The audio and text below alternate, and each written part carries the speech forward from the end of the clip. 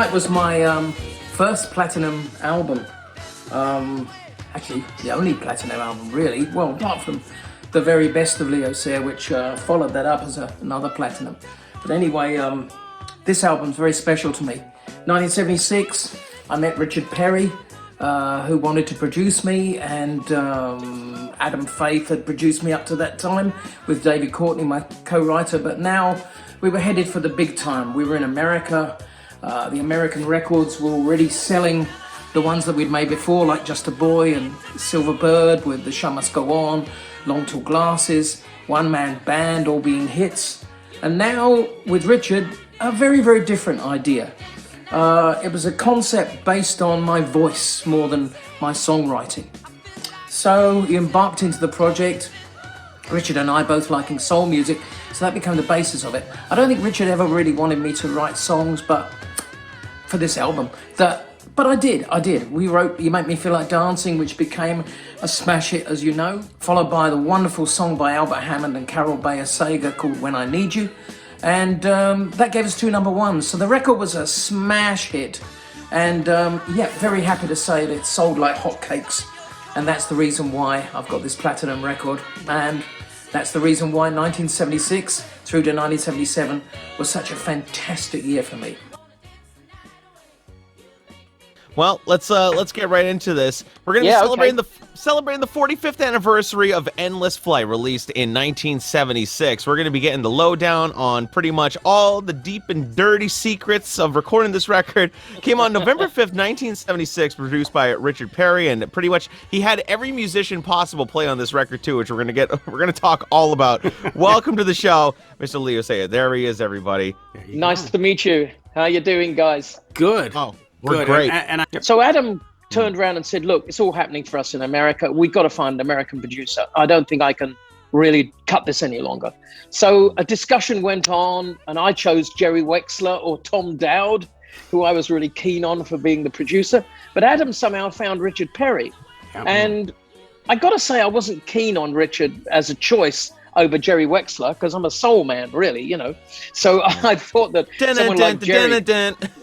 Yeah, well, you know, Jerry could really understand what I was doing. So I took some original songs to Richard as well, you know, but he hated them all. So that was kind of it set up a kind of conflict in a way, you know, instantly. And we kind of found a middle ground in Motown music. You know, we both love Motown and soul. And Richard said, look, I can get the Motown sound for you if that's what you want, you know, but I really see you, I see you as a voice. I mean, you know, he really loved the voice. And I was thinking, God, I've never taken my voice that seriously, really. I mean, it was always, you know, I would sing my own songs, and the songwriting was what was important to me. Right. So he kind of put me almost instantly at a crossroads where, oh my God, should I just dump this and go back to England, or should I carry on? You know, and it got to arguments and everything. I mean, I was about to leave and literally go back to England thinking, well, it's not going to go anywhere. I just want to do my own songs. And at the last minute, he just turned around and he said, look, Leo, don't take the plane. Come to the studio this afternoon. I've got all the musicians here. He must have moved hell and high water, because I think it was the panic of me leaving. He must have phoned everybody and said, you get here now or else you never work with me again. Listen, Jeff Porcaro, Ray Parker Jr., Earl Slick, Leland Sklar. Yeah. I mean, we spoke to Leland last week, and he said some nice things about you. Oh, no, he's a beautiful cat. Yeah, he's a good friend. Hi, Leland Sklar here, and I am so happy to be a part of the 45th anniversary celebration of Leo Sayer's Endless Flight album. I had the pleasure of playing on the Magdalena track, which is playing in the background right now. Sorry for the light here. It was such a pleasure to be in the studio with Leo. He's always been one of my favorite artists. I love his voice, his presentation, his passion. Plus, he ended up with one of the really great album covers for this album. It's just suspended in air. And it gave me an opportunity to work also with the great Richard Perry and the wonderful Bill Schnee engineering. Quite an amazing team. So I wish all the very best for the celebration of this album, and more to come. Leo, always here. If you need me, give me a shout. Take care. All the best wishes. So when they said Endless Flight would be the album cover name, I thought I would throw them out of an airplane, so to speak. And I like the idea. And so I went a few days later and I met with Richard. I don't think Leo was there. And I told him my idea that I wanted to throw him out of an airplane, in a manner of speaking. And the next thing to do was to try and figure out how to get Leo flying through the air. And it came to me that a trampoline would be the way to do it. So I rented a large trampoline, I think it was about a 12-foot diameter, and placed it near the wall so, again, the sky background would be out of focus. And did some test shoots, a test shoot actually. And as a goof, I took a picture of my friend trying it out. And funny, it all worked. Had to light the background separately. And Leo was going to be in the front. And I brought the test film over to Richard and Leo, and they were working in the studio, and I came in and showed them some of the samples. And Leo signed on, so to speak, right away, and so did Richard. And so we set the photo session up, and it was kind of crazy. Again, it's all analog. It isn't something that you can paste two images together electronically. And in this case, it dawned on me that now Leo Sayer is going to be jumping in the air again and again on a trampoline that I had no idea if he would actually even do it or could do it. But he was a good guy. He went for it, and we spent an afternoon photographing him up and down and jumping up and down. And he would change expressions for me. He was very, very easy to work with. And Richard didn't come to the photo session. But at the very last instant, it dawned on me that he could get hurt. I didn't think about this. I was too young and not thinking about that. But at the last instant, I went outside my studio and I hired 4 people that just happened to walk by and tried to convince them, of course, to come inside and, put their hands up and save Leo Sayer from getting hurt. So they surrounded the trampoline, and their arms and hands are just out of view from my camera.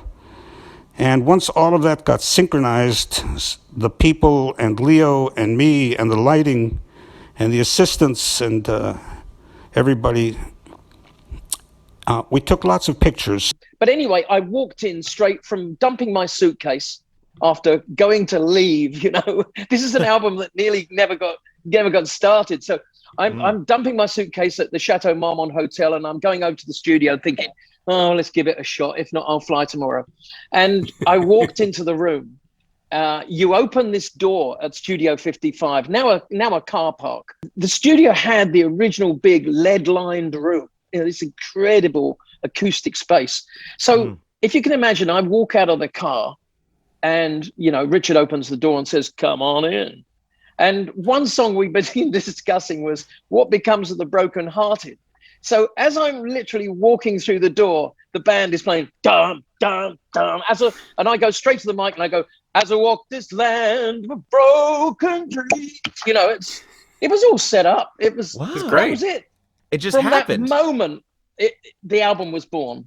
And I just turned around. I mean, I'd never worked with musicians of that class before. Yeah. Got to say, I worked with some good ones, but boy, this was like, whoa, upper level, We all became really close, and Richard put together this incredible band that locked me in. I mean, whether I was going to write songs on the album in that early stage, I didn't know, but I knew I wanted to be aboard because I was going to learn some shit, I was going to learn some stuff. Right. This is like going to school, it was great. There was a young guitarist called Johnny Vastano that Richard was trying to develop his career. And, he and I sat down, we got on fantastically. He taught me all about baseball. I taught him all about soccer. And we just kind of got on like a house on fire. So as well as writing some good songs, I Hear the Laughter, which is on there, and got the cover here. I'm just looking at it. And I think We Fell in Love Too Fast, written with Johnny. I also kind of got introduced to Barry Mann. Now, Barry Mann wrote You Lost That Loving Feeling. Oh, my God, what a songwriter. Blame It on the Bossa Nova, all these incredible songs. So to be sitting in a room with that man, I mean, I was just pinching myself. I mean, Barry was an incredible character. Cynthia Weil, his wife as well, was a great lyricist, great songwriter. So, I stepped into writing with Barry, and that was just joy. I mean, we went up to Screen Gems Publishing, which was a kind of an adjunct of the Brill Building that you know of course, in New York. So I would walk into a room, and coming out the next room beside me was Carole King, and coming out of the next room, the other end of the corridor was Neil Diamond, and everybody just, there were no sort of rock star. I mean, Neil used to come, hey, Leo, come and have a coffee, man. So you were just kind of, you were hanging out with creative people, not rock stars, if you know what I mean. Right. So it was a different kind of vibe. We took we took about 3 or 4 months to complete it. And I think that was, part of Richard's plan was to really kind of almost ease me into an American lifestyle, while I was doing it, which worked because I could really confer with everybody I was working with, from the technical guys to the musicians, to the arrangers, people like Gene Page, who's kind of, oh my God, the man behind all the Barry White hits and all of those Motown and Philadelphia hits, was writing our screen charts. And these were all characters. And I think Richard was great because he wanted me to be on same level terms with these guys, if you can understand that. So it wasn't like, we're producing Leo. It was more like, hey, here's Leo, what's he think of this? Yeah. So I was really involved in this record, And it's interesting you said that, he wanted you to be involved. And this is a story you may already know, but when Jeff Porcaro and I were driving to the sessions of Endless Flight one day, we were listening to a song. We're both listening to the same song on the radio on the way there. It was a song by Shirley and Company called Shame, Shame, Shame. A really groovy soul song, well ahead of its time, featuring a guy called Shirley. Shirley and Company was the group. And it was a guy who had an incredibly high female falsetto voice. So I don't know what happened, but we were in the studio cutting other tracks. And I suppose, there was a gap in between the proceedings. We started jamming, and Jeff and I he said to me, what was that song we were talking about earlier on? So I started singing it, and he started grooving to it on the drums. And the rest of the guys just picked up their instruments and started playing along. I mean, it was just a gap, a bit of a jam session, a bit of a loosen up, in between takes. Because sometimes, when you're doing endless takes of the same song, the concentration can be really heavy. So this was a chance to just let go. And we started jamming. And we didn't know it at the time, but Richard Perry, our producer, recorded the jam, threw on the tapes. Howard Steele was running the desk, and the two guys between them, they recorded everything that we did. So about 3 weeks later, Richard played me the track and said, you were talking to me, Leo, about what's going to be the big hit. And I reckon this is it. And he played me the jam session. I've got to say, it sounded pretty good. But we knew we had to finish it off. So there was a guy who used to hang around the studio a lot, friend of Richard's from New York, called Vinnie Poncia. Now, Vinnie had co-written songs with Ringo Starr when Ringo Starr was produced by Richard. And, later on went to be a producer as well, like Richard, produced Kiss. I think he did the first Kiss album. So anyway, Vinnie had this idea that maybe he and I could nail the chorus because he loved the groove as well. So we went to Richard's piano and we set up there a little tape machine, and within 5 minutes, and we only had 5 minutes because Vinnie had a really bad back. He had to fix his back, go to the chiropractor. So he said, look, we've got 5 minutes to do this before I got to go. So it was a rush, but we managed to fix the chorus and write the chorus in that time. So we nailed the chorus. linked it to the rest of the jam session that we've got. We had a song all together. We went down to producer's workshop because we heard that that Bill Schnee, who was Richard's earlier engineer, was down there recording Steely Dan, and Steely Dan had got into a moment where they had the band booked. The band had come from New York, but the musicians, but they didn't have a song. So Donald Fagen called me and said, "Leo, do you want to use the studio time?" Well, with the great Steve Gadd on drums and Chuck Rainey on bass, how could we say no? So we went down there, and Richard had a magic idea of bringing the tapes, the rough tape of You Make Me Feel Like Dancing down there, and seeing if we could reenact it at that session. In fact, we used two tape machines together, and we did nail. We did a recording, you see, at Studio 55 before. It wasn't quite as good as what we could get with Mr. Gadd playing drums. So we linked two sessions together, which was a first for the time. I mean, you couldn't really sort of sync two tape machines together. So the guys were just kind of in Beatles type style, run that machine, run this one, and run them at the same moment. But we managed to do it, and we recorded You Make Me Feel Like Dancing with Steve Gadd on drums. We kept the original bass from Willie Weeks. We kept the original guitar from Ray Parker. And we added, I think, Larry Carlton playing some rhythm guitar. But anyway, we had a hit. It went straight into the charts. It sort of crossed over into the black market because it had such a groove. And a lot of the people in the R&B market didn't really, or the radio stations and journalists, didn't know I was white even. So that was another tricky kind of thing. They thought, who's this guy? So when I turn up as this kind of curly-haired white guy that you see now singing this kind of very black song, very R&B track, it was a surprise to everybody. But it crossed over beautifully, and we nailed it. It went to number one. It was one of the fastest ever releases to go to number one. And the best thing about it, in 1977, I got given this. For the best R&B song, me and Vinnie Poncia, my Grammy. Look, it's broken now, unfortunately, with all the traveling around all over the world. It's snapped. There's a piece missing right there. But that's my Grammy. And Grammy for R&B Song of the Year in 1977 for You Make Me Feel Like Dancing. Not bad for a jam session, eh? In 1976, Gary Katz called me and asked if I would like to engineer the next Steely Dan album. I had become a big fan of the group from their earlier albums and was very excited to do it. Gary said there was going to be a revolving door of drummers, which meant I'd be getting a new drum sound every 2 or 3 days. One of the drummers I was very excited to record was Steve Gadd. I had become a fan of his from the great Paul Simon track, 50 Ways to Leave Your Lover. The unusual drag snare beat in that song really made it for me. When Steve arrived, I told him I was a big fan of his drumming on 50 Ways to Leave Your Lover.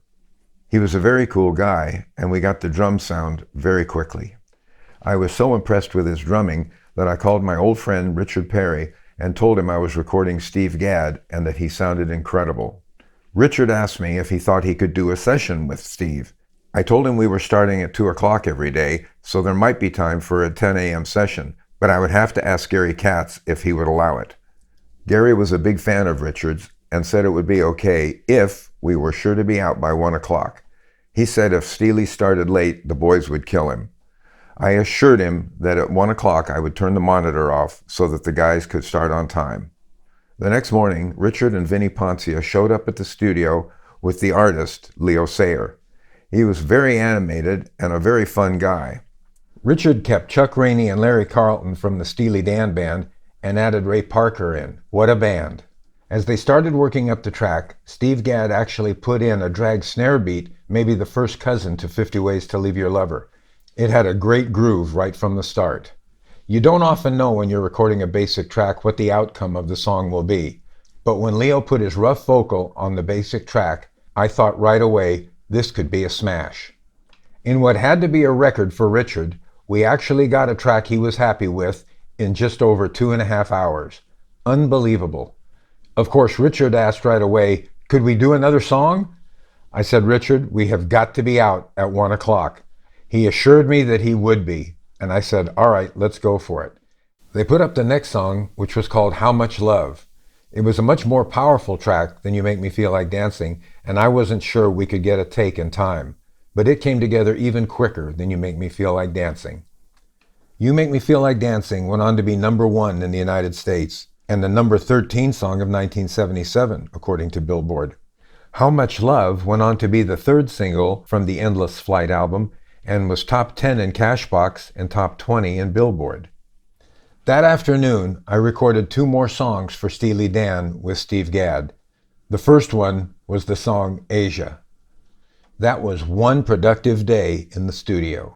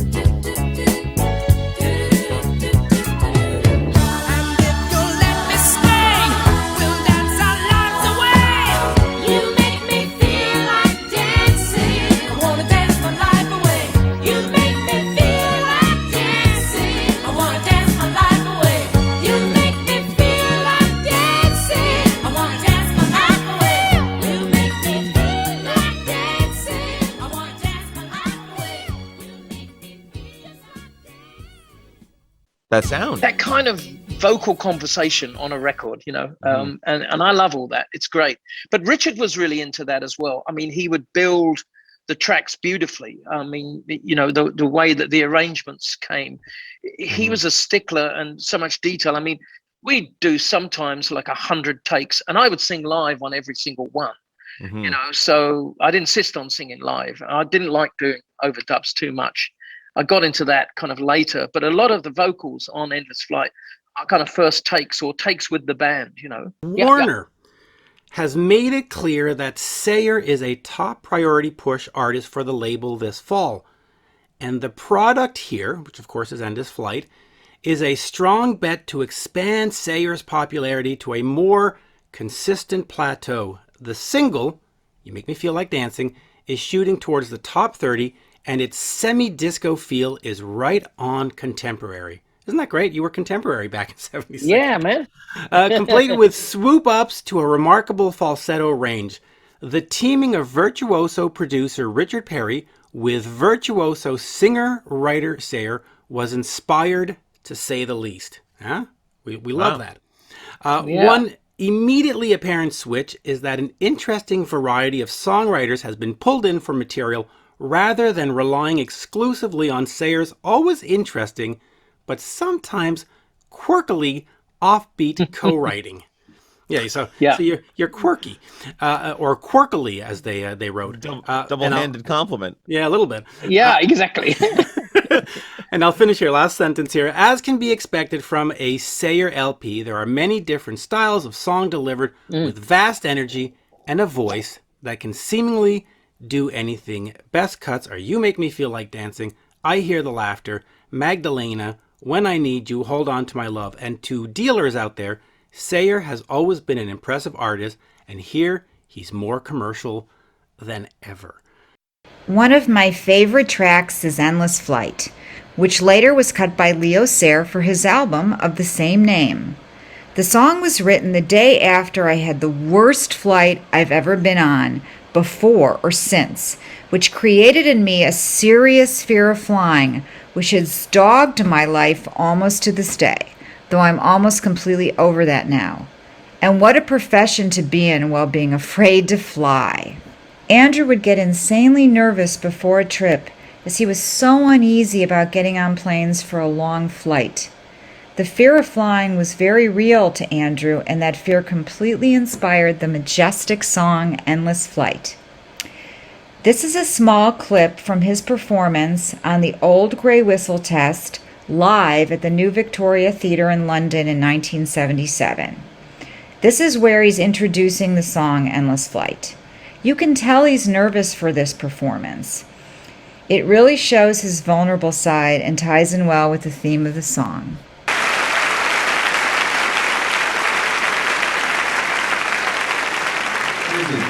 How's the sound out there? Does everybody hear everything all right? Yeah? Yes? The lights off, yeah?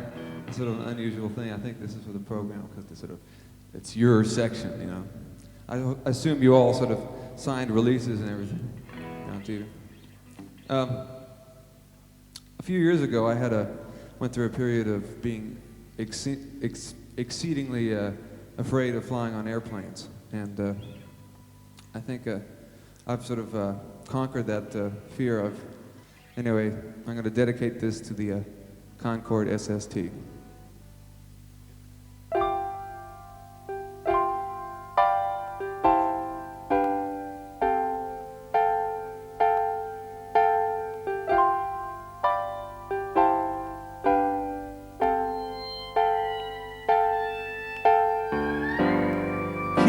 Steady, don't rock me all around. Lord, I don't wanna fall down. Understand me. I wish this jet was on the ground.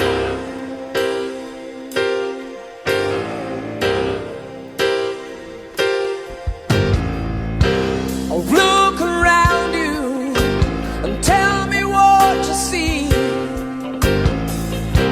Are you afraid or is it me? Yeah. I hope we make it. I hope we don't fall in the sea. Oh no, oh no.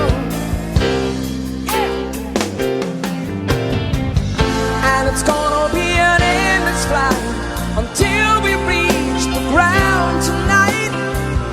Yes, it's gonna be an endless flight, I know. Oh, like a flying bird in the night, the wind is strong, I hope I'm right, but this could be the end of this endless flight. Yeah, yeah.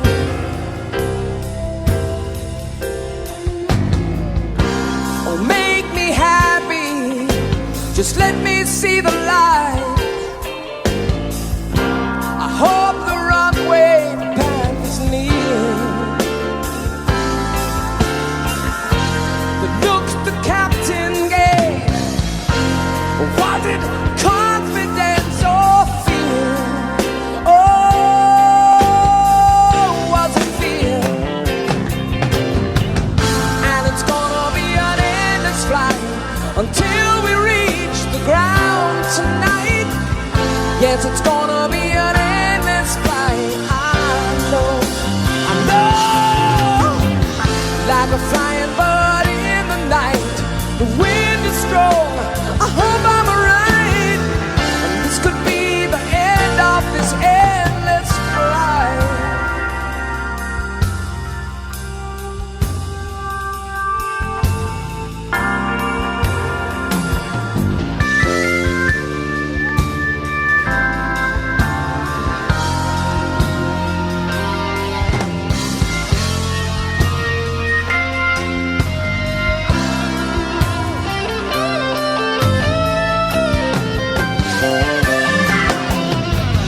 And it's gonna be an endless flight until we reach the ground tonight. Yes, it's gonna be an endless flight. I know, like a flying bird in the night. The wind is strong, I hope I'm right. And this could be the end of this endless flight. Yeah. Oh, yes, it's gonna be an endless flight until we reach the ground tonight. Yes, it's gonna be an endless flight. I know, like a flying bird in the night.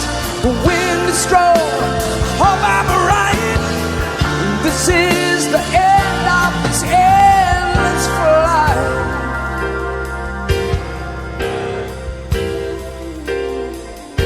The end of the endless flight. This is the end.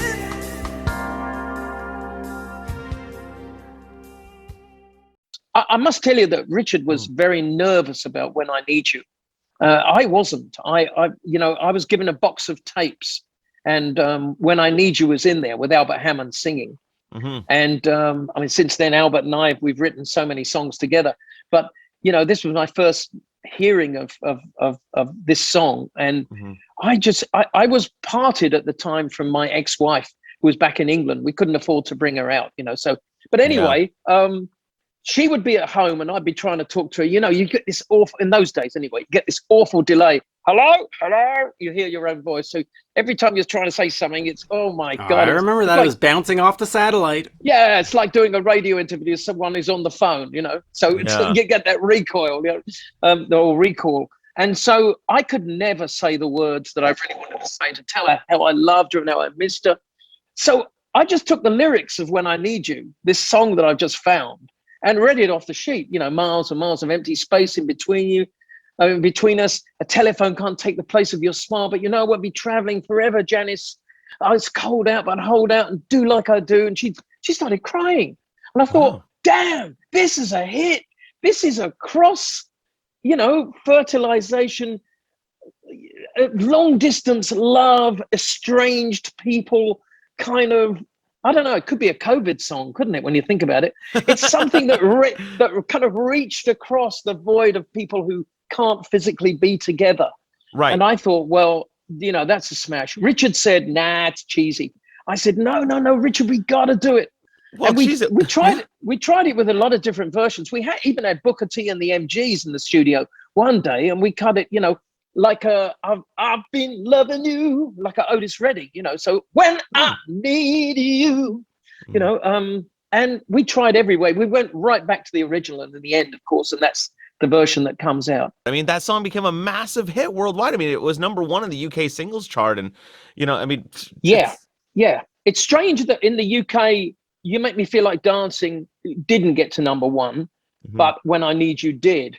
But, in America, it was fantastic to have back-to-back #1s was just an incredible thing for me. It was very beautiful. I was in New York when You Make Me Feel Like Dancing. We went to #1. It was meteoring up the charts. It was bulleting so fast. It was ridiculous. Wow. And I think I was in a store, Bergdorf Goodman's. I was up there trying to buy a leather jacket, I think. And somebody in the store saying, "Hey, there he is! There's the clown! There's the guy! He's at #1!" And I didn't even know I was at #1. And I asked somebody else, and this guy said, "Yeah, man, I just got the charts. You're #1." The charts were a big thing in those days. So I go out to the street, and they all saying, "There he is! Look, Leo Sayer, he's here, the dancing guy."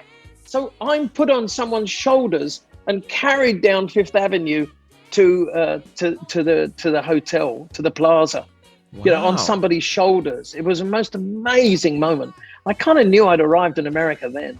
It was Leo-mania.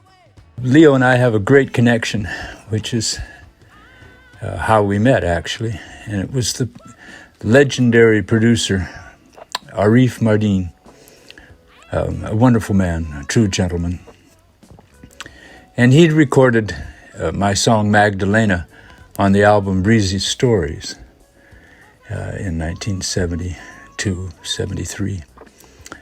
And he played it for Leo, evidently, and Leo liked it, and they recorded it, and it's history in that sense. And over the years, I've gotten to know Leo, and I've been to Australia a couple times.